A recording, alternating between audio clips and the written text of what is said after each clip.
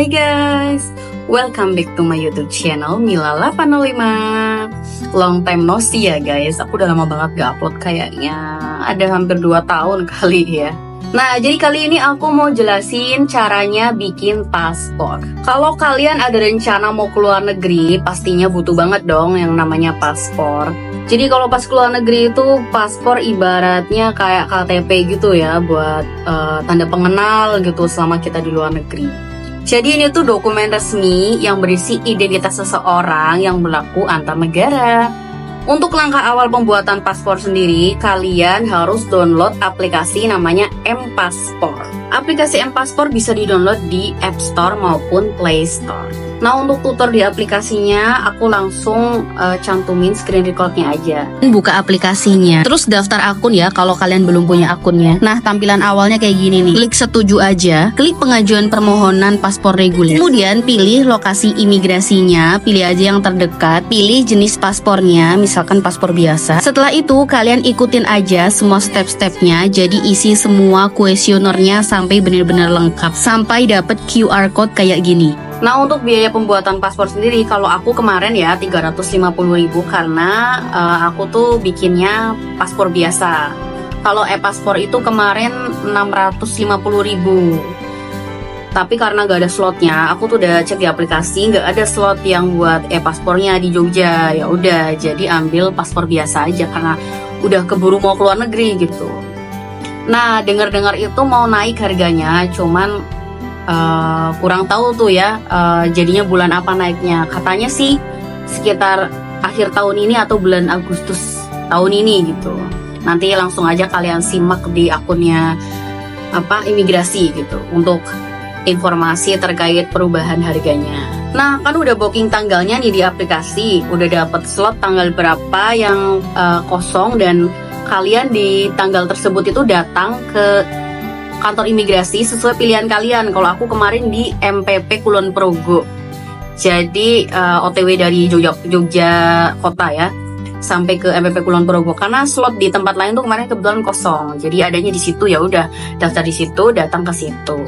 Jangan lupa juga lampirkan persyaratan yang dibutuhkan, jadi kalau bisa selengkap mungkin. Kelengkapannya itu ada fotokopi KTP, fotokopi KK, fotokopi ijazah.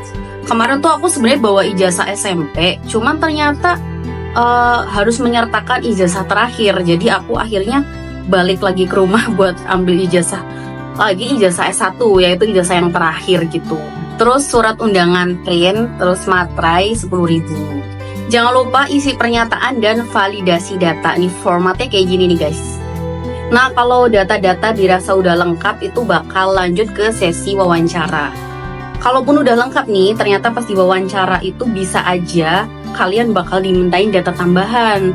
Karena kalau nggak salah tuh ada tulisan di webnya imigrasi, itu ada tulisan petugas berhak meminta persyaratan tambahan, apapun itu bentuknya gitu.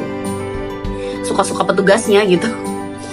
Nah, jadi kemarin itu aku kan udah lengkap semua persyaratan, tapi kebetulan kalau yang ijazah itu aku udah sempat bawa lagi nih di pertemuan selanjutnya, karena udah keburu tutup MPP-nya kan kalau mau balik lagi, karena udah mau sore.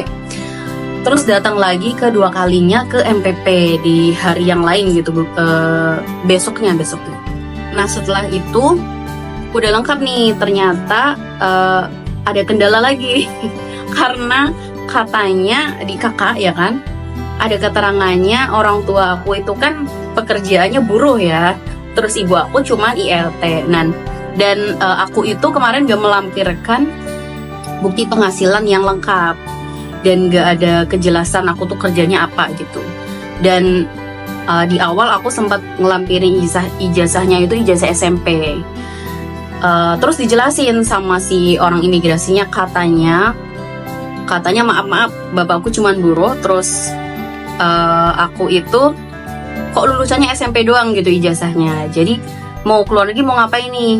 Dikiranya mau kerja gitu, jadi TKI, terus TKI ilegal gitu ya, langsung datang aja ke sono. Padahal niatnya liburan tapi malah jadi TKI, maksudnya gitu.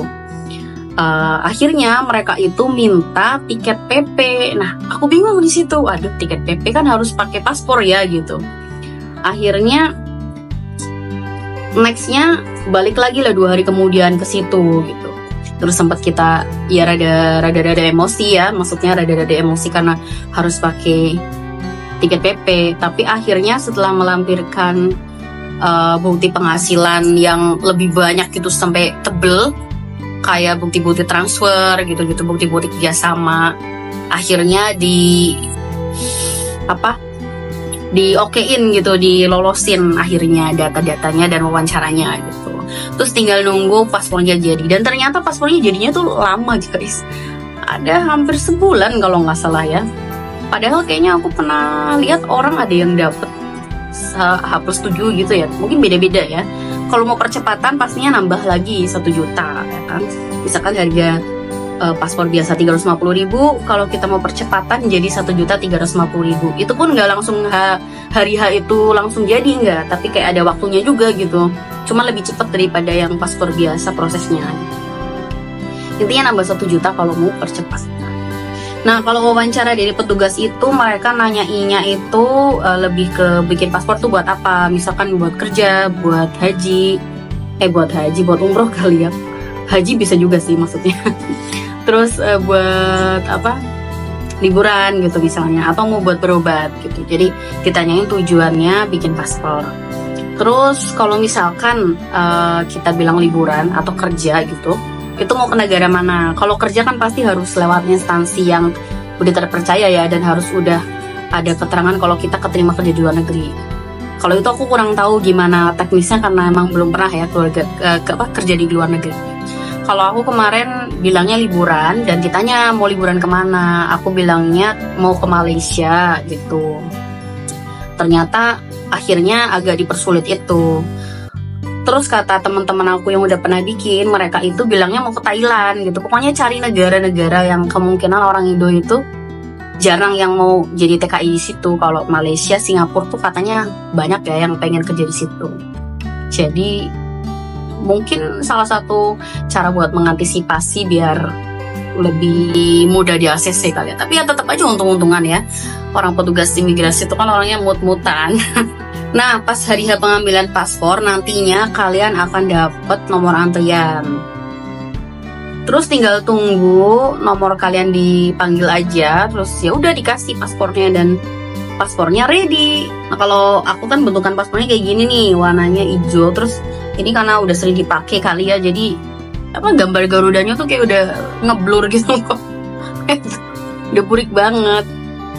Kalau yang desain terbaru tuh katanya warnanya merah, dan itu kayaknya keluar akhir tahun ini ya, bareng dengan naiknya harga paspor. Nah, itu aja guys informasi seputar paspor ya kan. Kalau misalkan kalian ada pertanyaan, boleh banget ya tanyain di kolom komentar aja, nanti aku usahain balas. Oke, sekian aja, dan semoga pengajuan paspor kalian cepet di approve ya. Good luck. Thanks for watching. See you next video.